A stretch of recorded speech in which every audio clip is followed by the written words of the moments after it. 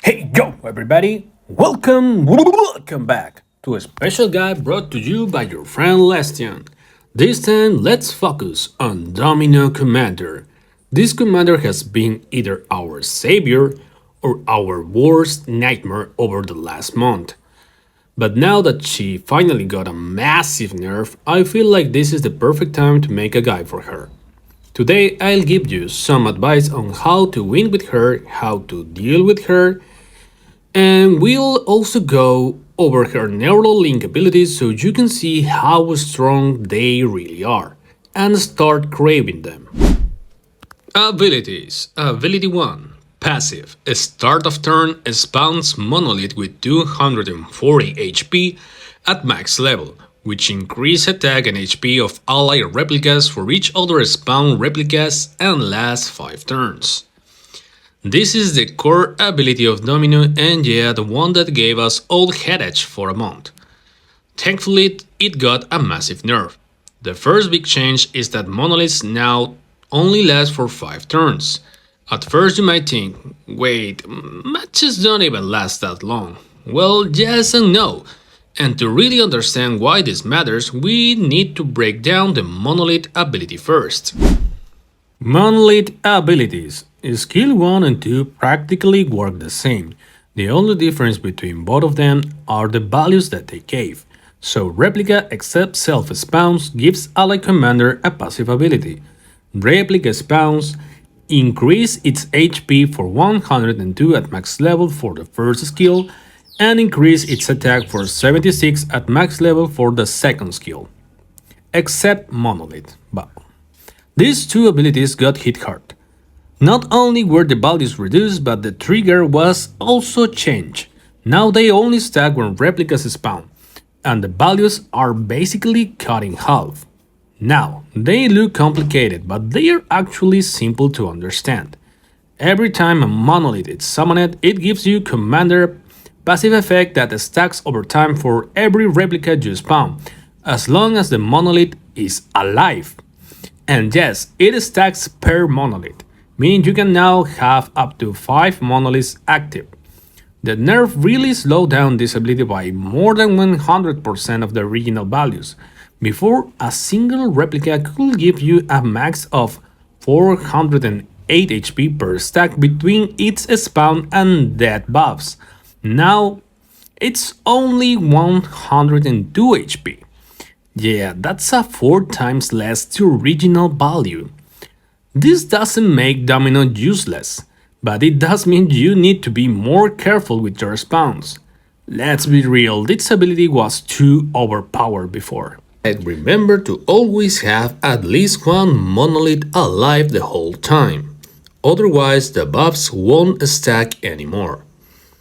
When you have no monoliths, your replicas will still receive the current buffs stacked before, and that every model and minion also count as replica, so make sure you also use them to stack your monolith stacks.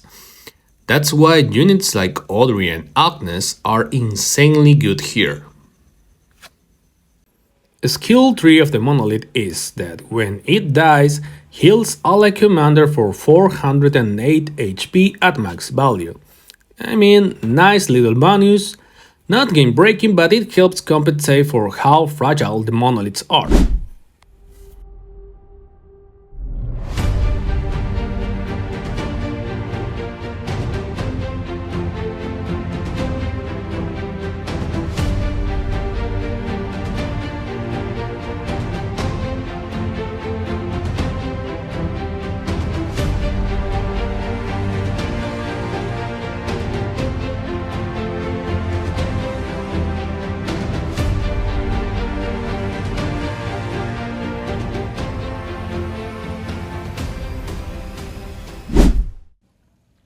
Ability 2 at turn 3 deals 191 damage at max level to all wounded enemies for each replica that appear or die this fight.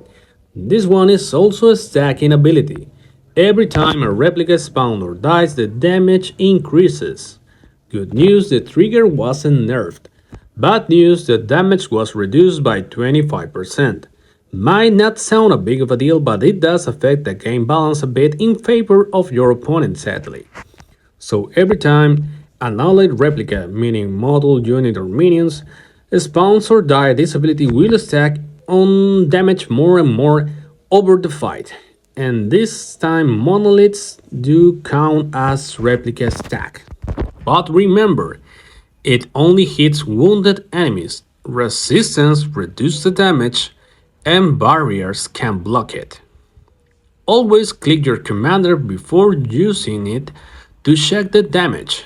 Don't just YOLO it and pray.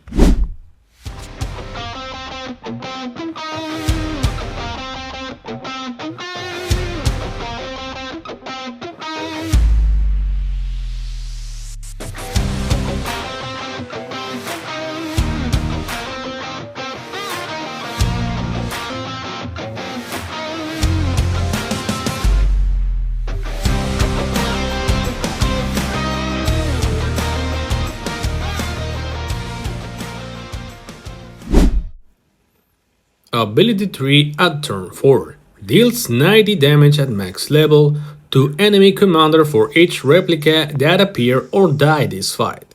Same idea of the ability 2, but now it hits the commander directly. This one got nerfed by 30%, which honestly was deserved. Even after the nerf, this ability can still drop your opponent's HP to almost zero. Again, check your damage before using it and check enemy resistance.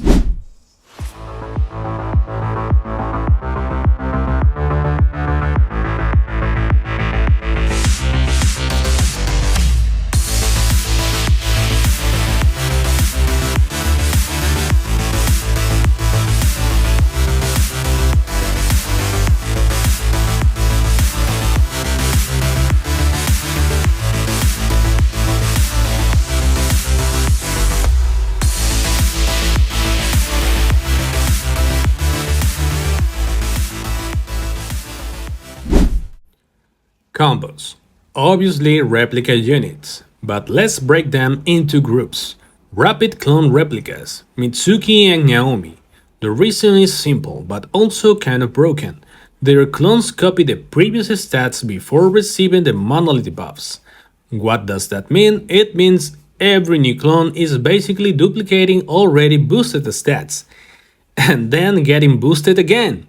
Yeah, it feels like you're exploiting the system a little bit.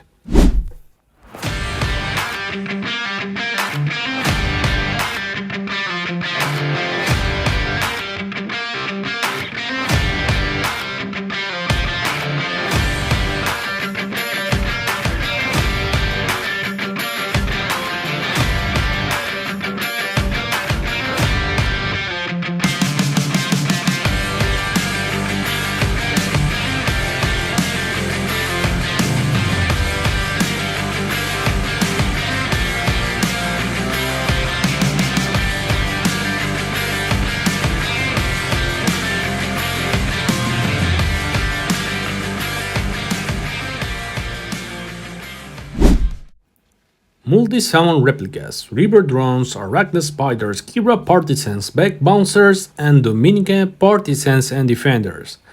These units aren't replicas themselves, but their summons are, and not only that, most of them summon them multiple times, which makes them perfect for stacking monolith effects very quickly.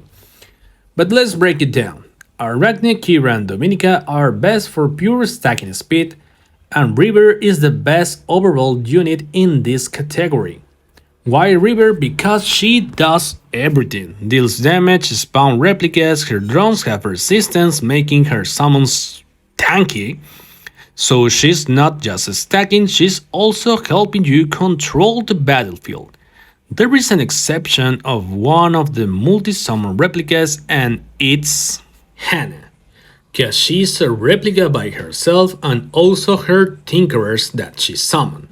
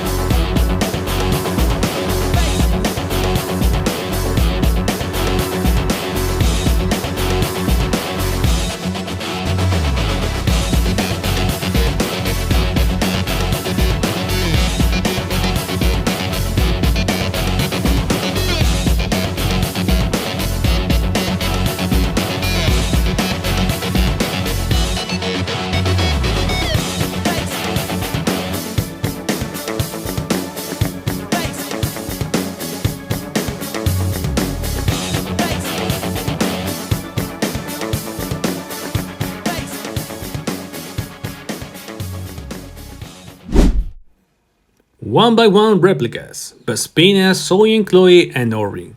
Even though Vespina and Zoe and Chloe are replicas and also summon a replica clone afterwards, they don't scale like Mitsuki or Naomi clones, but they are still strong and reliable.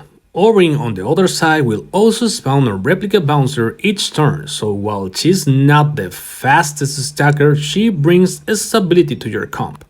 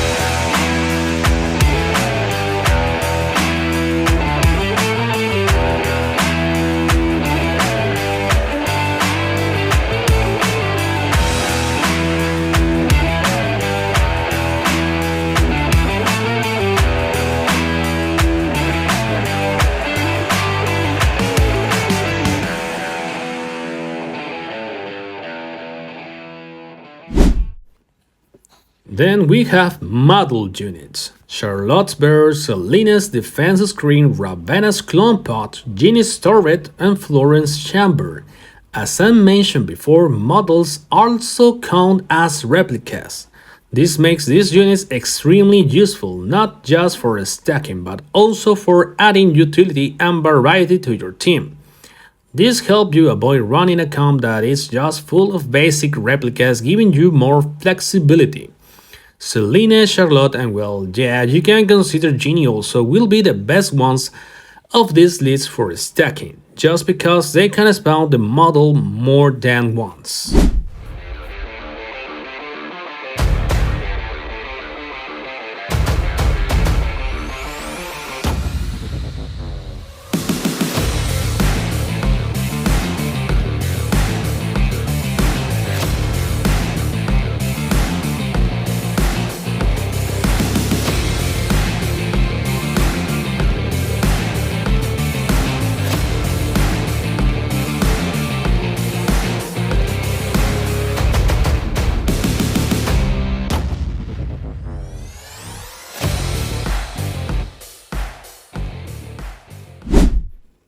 Cleanse units. Cinta. One of the biggest counters of replica comps are stun, blind, and attack reduction units, and Cinta solves that problem.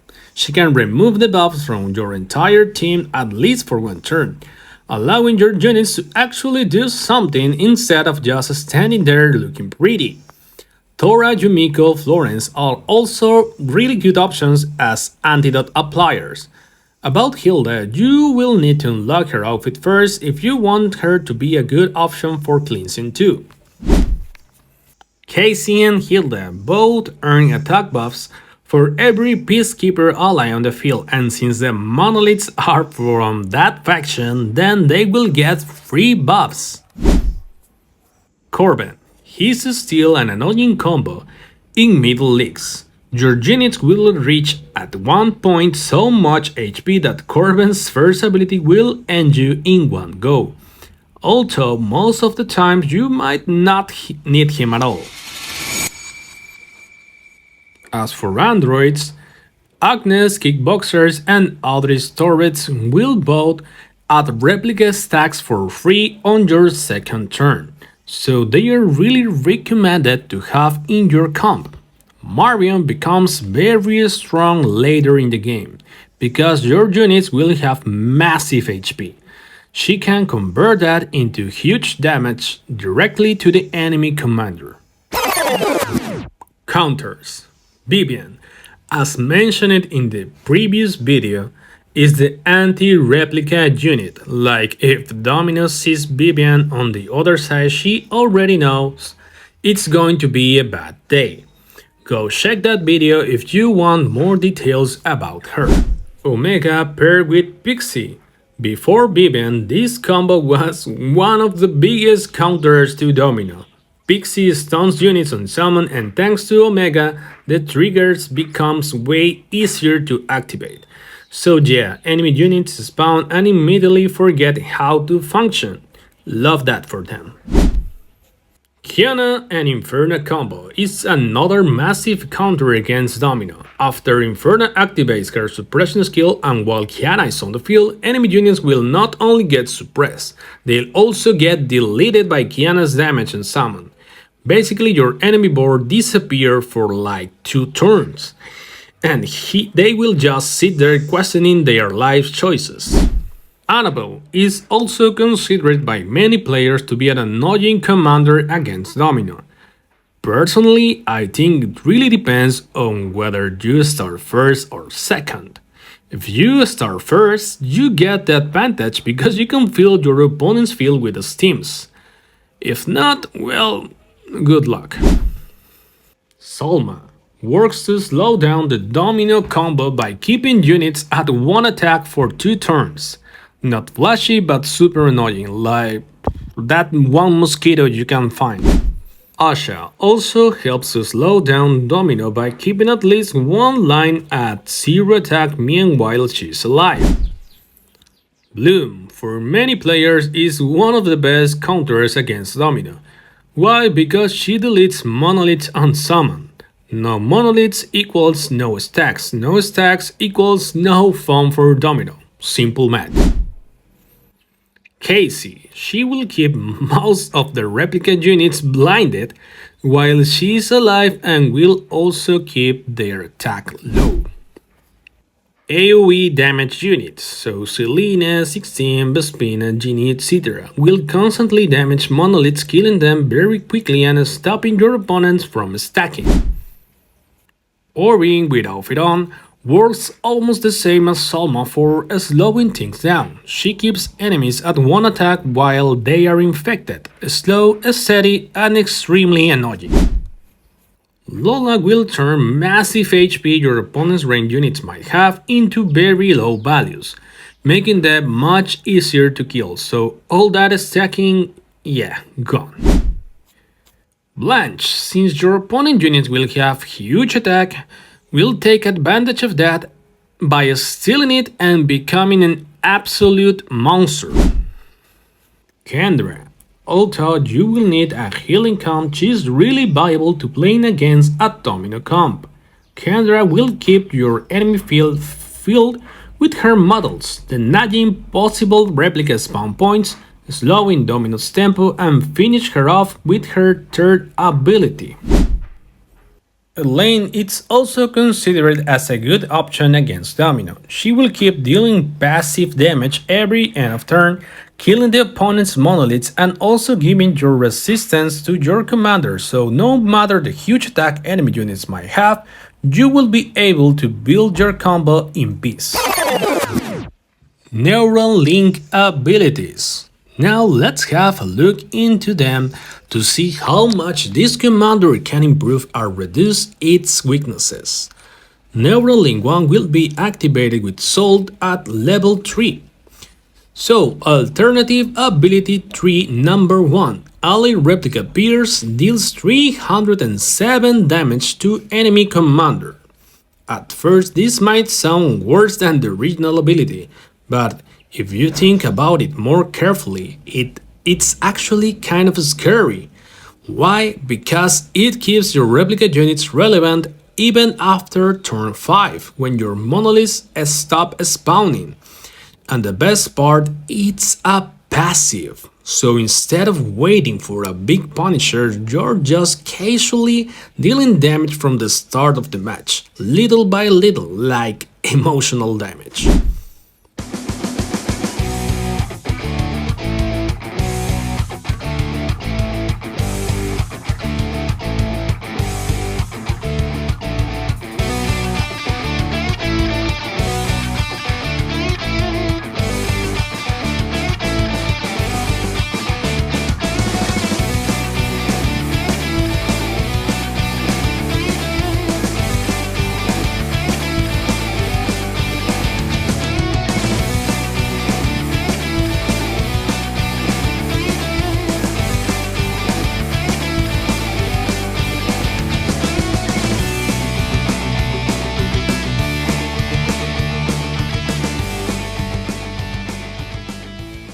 Neuralink 2 will be activated with Cyrax at level 5.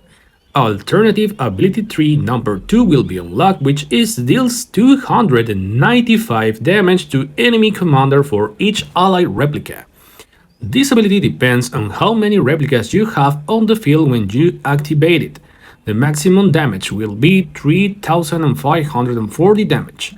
At first glance you might think it's weaker than the original, but in reality it's almost the same.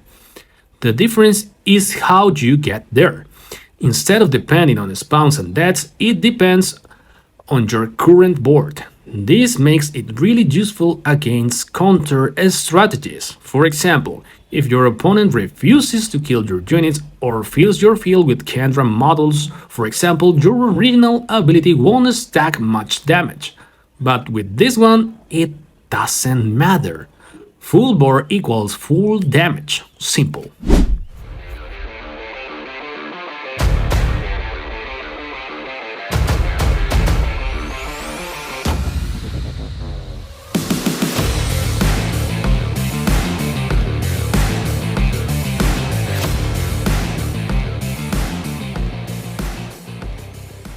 Neuralink 3 with Alexa at level 8 will unlock the alternative ability to number 1.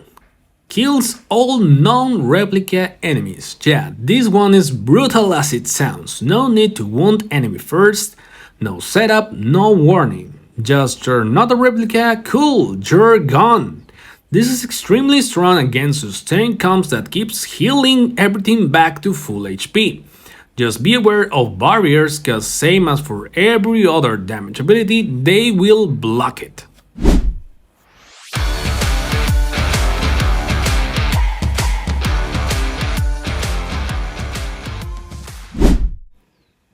Neuralink 4 with Kendra at level 10 will unlock the alternative ability to number 2. More targets, less damage. This 179 damage to all enemies for each replica that appear or die this fight. This version removes the condition of needing enemies to be wounded. So now you just hit everything, no questions asked. The damage is slightly lower, yes, but the consistency is way higher, and sometimes consistency wins games.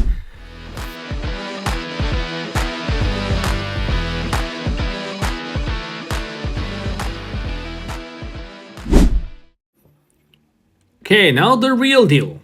Neuralink 5 with Marcella at level 13 will unlock the alternative ability 1 number 1. A start of turn spawns ancient monolith with 240 HP, which significantly increases attack of allied replicas for each other spawned replicas. Last 5 turns.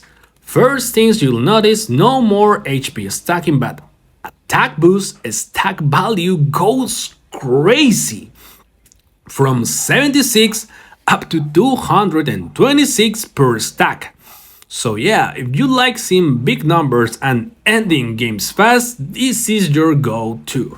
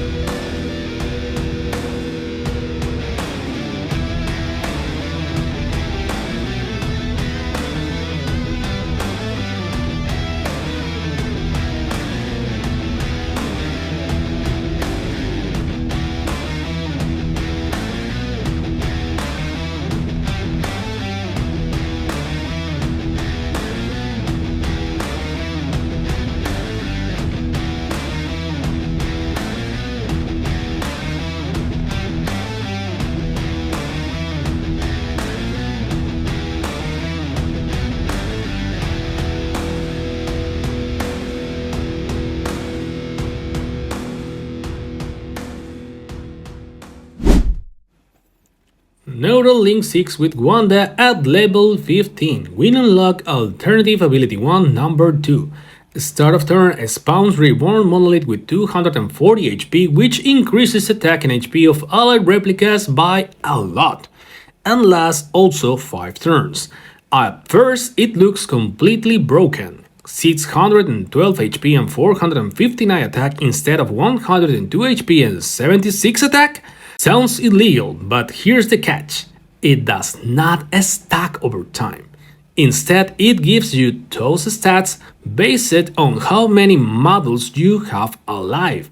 So instead of scaling, you get immediate power. So in the end, it's a matter of playstyle. The original ability requires time to stack, but you can earn massive attack and HP if things goes right. On the other hand, this Neural Link ability will give you faster start, strong early pressure and shorter matches. Basically, this is the end game before things go wrong button. Take note that one big difference from the original ability is that if you don't have any monoliths alive, your units won't receive any buffs. In the end, Neural Link abilities are a way to have different tools with one commander to catch your opponents off guard. It depends on which combination fits you the most and against what opponent.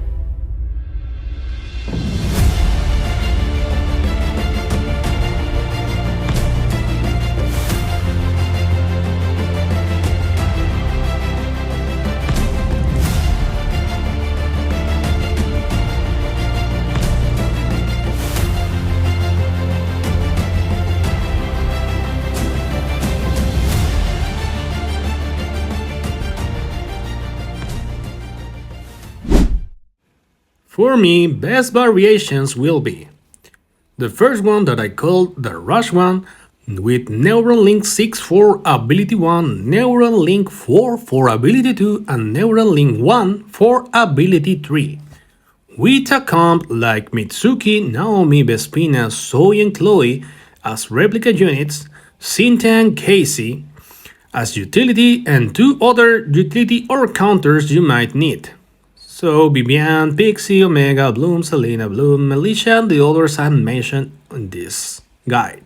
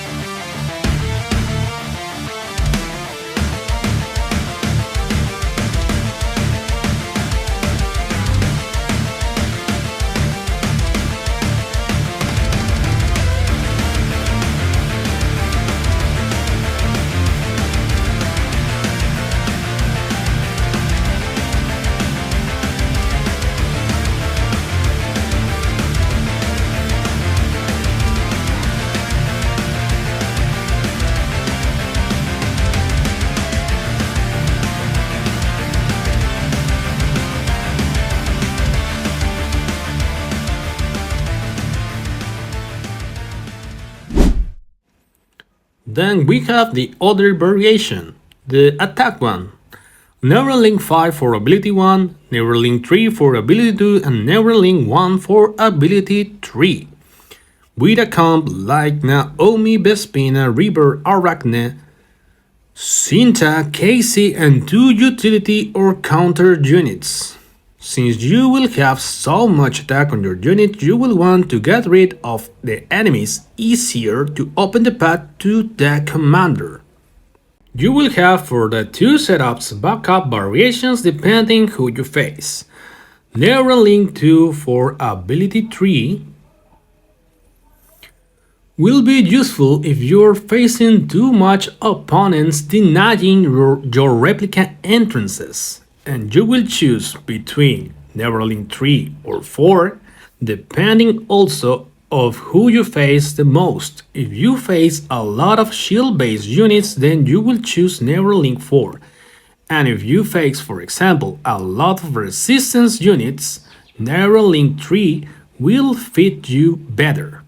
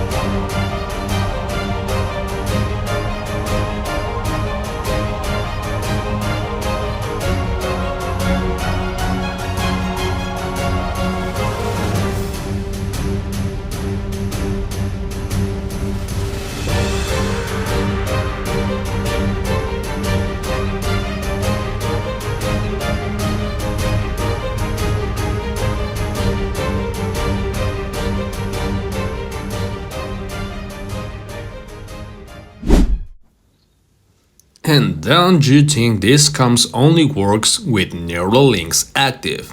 The logic still applies.